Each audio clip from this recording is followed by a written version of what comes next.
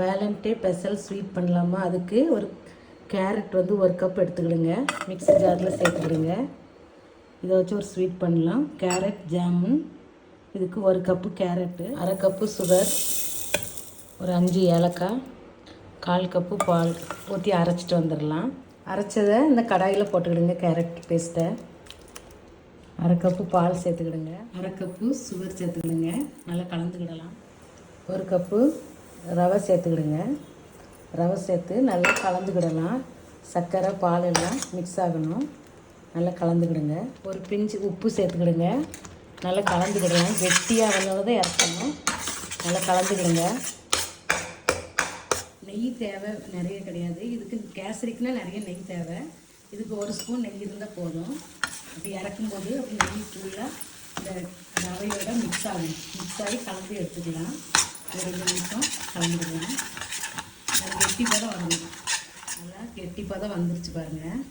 நம்ம கெட்டியானோன்னா அடுப்பை ஆஃப் பண்ணிடலாம். ஆஃப் பண்ணிவிட்டு சின்ன சின்ன பால்ஸ் மாதிரி பிடிக்கணும் உருண்டையாக. ஒரு பாத்திரத்தில் 1/2 லிட்டர் பால் ஊற்றிக்கிடுங்க. ஆற வச்சதை கையில் கொஞ்சம் நெய் பூசிக்கிடுங்க. பூசிட்டு ஒரு சின்னதாக இப்படி உருண்டையாக உருட்டிக்கலாம்.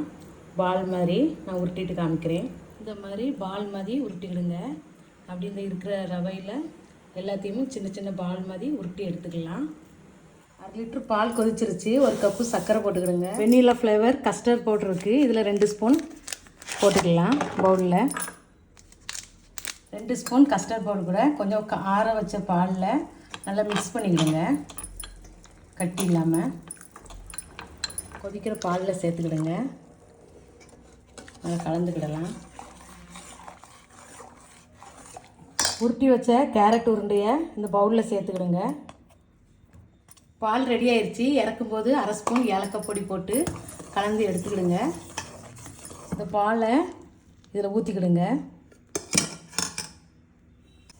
இது கூட பாதாம் பருப்பு கொஞ்சம் அரைச்சி வச்சுருக்கேன் டேஸ்ட்டுக்காக.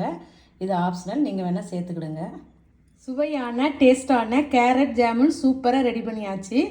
இன்றைக்கி வந்து காதலர்கள் தினம், அதனால் நம்ம வீட்டில் சரி ட்ரை பண்ணி பார்க்கலான்ட்டு செஞ்சு பையனுக்கு கொடுக்கலான்ட்டு ட்ரை பண்ணி பார்த்தேன். சூப்பராக வந்துச்சு. இது நம்ம சாதாரண ஃப்ரெண்ட்ஸ்லாம் வர்றாங்க, கெஸ்ட்டு வர்றாங்கனாலும் இது மாதிரி ஸ்வீட் செஞ்சு கொடுங்க. இது வித்தியாசமான ஸ்வீட், டேஸ்ட்டு நல்லாவே இருக்குது. நாங்களும் டேஸ்ட்டு பார்த்தாச்சு. இந்த வீடியோ பிடிச்சிருந்தா லைக் பண்ணுங்கள், ஷேர் பண்ணுங்கள். புஷ்பா குக்ஸ்க்கு சப்ஸ்கிரைப் பண்ணுங்கள். அடுத்த வீடியோவில் பார்க்கலாம்.